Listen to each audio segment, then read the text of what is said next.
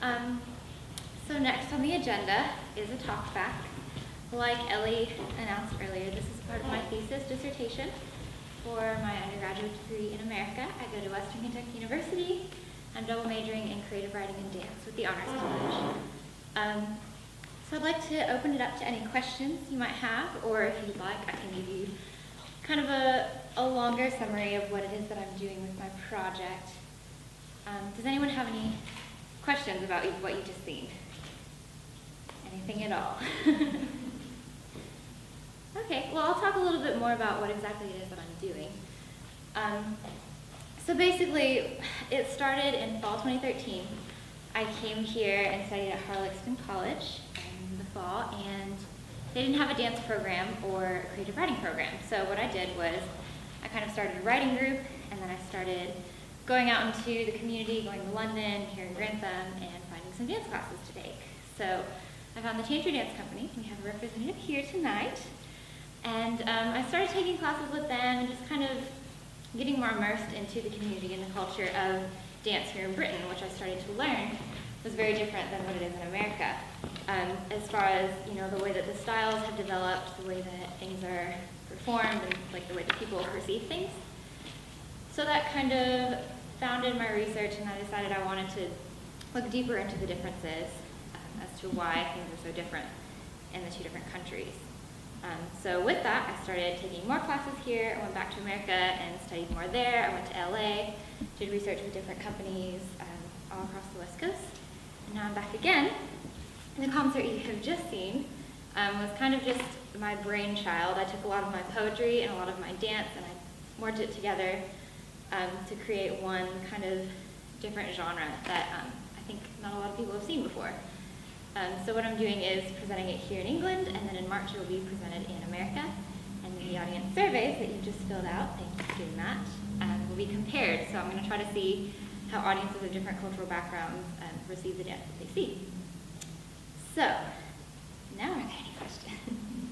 Do you think, you were saying about the differences between the two countries, do you think a lot of that is because of the more recent films, well not recent, from the 80s, Footloose, Dirty Dancing, High School Musical, all those kind of films, American films, and then people think of English dancing as musical or ballet and Right. all that kind of thing.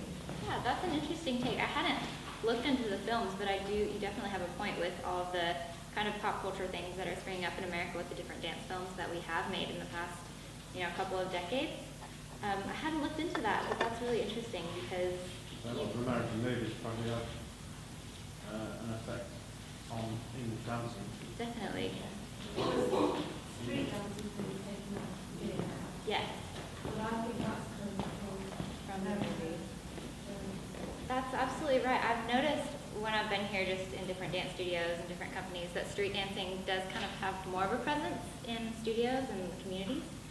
In America, you'll see a lot of hip-hop dancing, but you won't find it as much in like the formal studio setting. It's more, seen on the streets, or it's in some studios and maybe more metropolitan areas where the studios do have those classes. But you're right, there is a lot of street dancing here, and that might be coming from those movies and the things that are coming from America and everything. So that's really I interesting. think England is doing royal ballet. Oh, definitely. Yeah, very classical style. And Russia. Yeah, in France as well. That's very true. I agree. Yes. I don't think that street dancing is new here. I mean, I'm coming from Warwickshire, where we've done street dancing, maybe of a different kind, but forever, made dancing in the maypole, forest dancing. Okay, so it's a different type of dancing.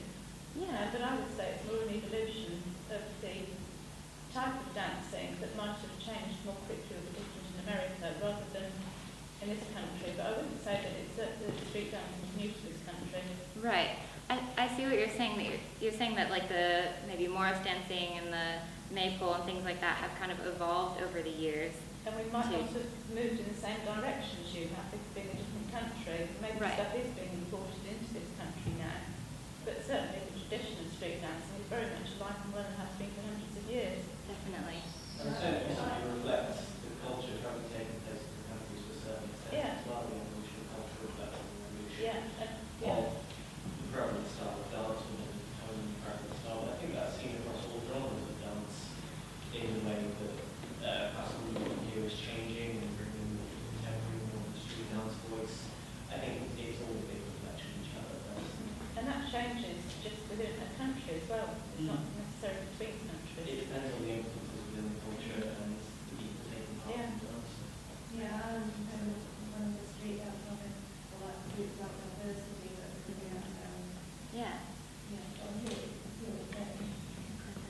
It's interesting.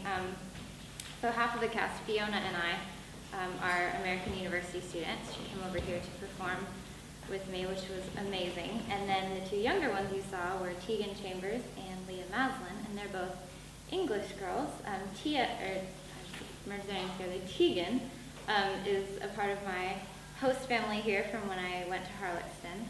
So she actually is more trained in street dancing. That's what her background is in.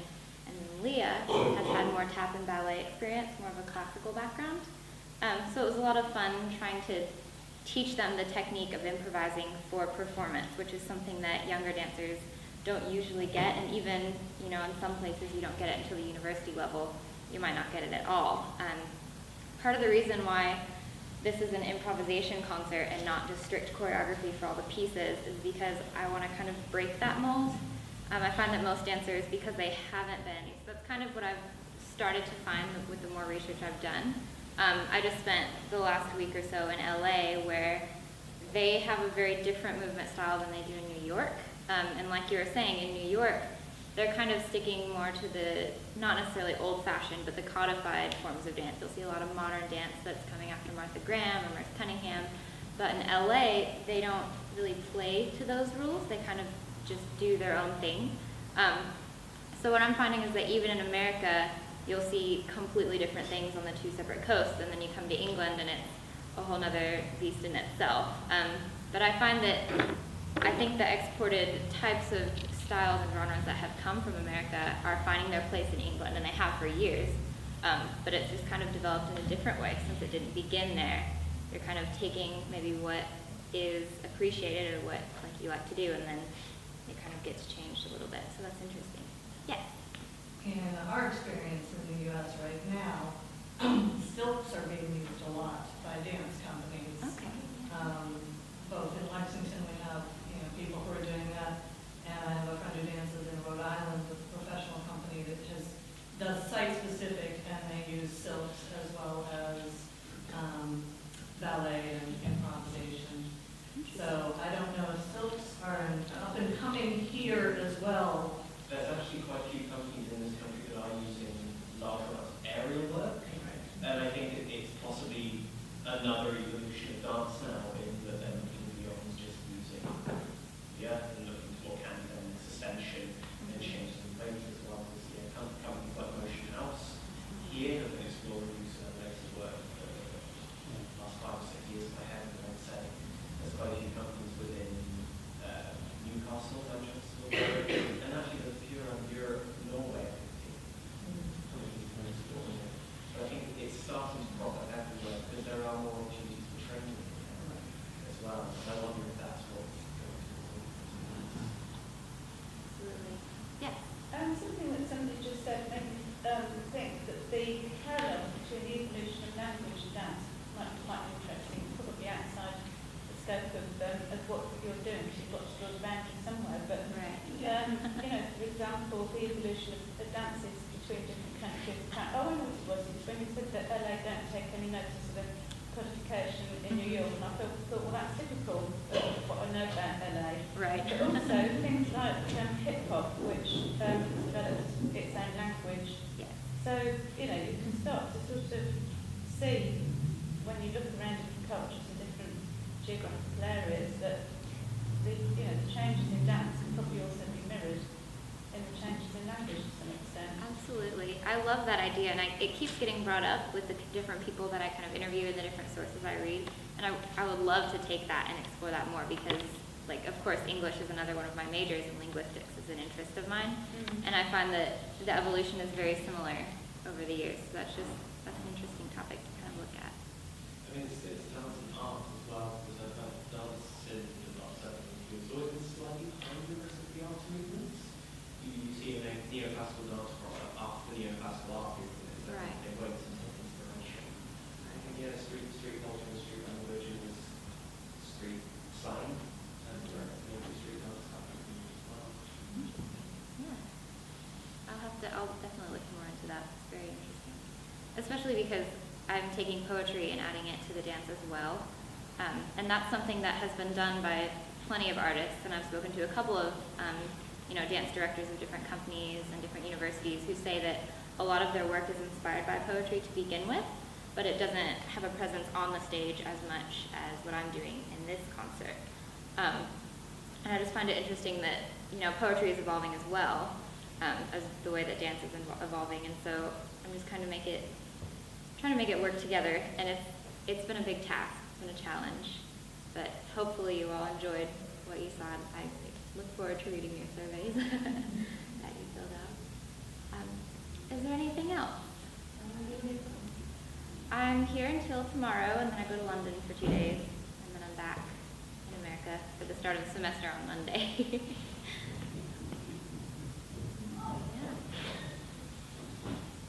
All right. Well, thank you all again so much for coming and participating. It's been great. If anyone else has surveys that you haven't filled out, Ellie has the basket at the back, and if you'd like, I can also send out a digital file or a digital link to the survey. If you didn't have time to fill it out today, you can just leave your email address with me or send me a message, and I can get that to you as well. All right. Well, thank you very much.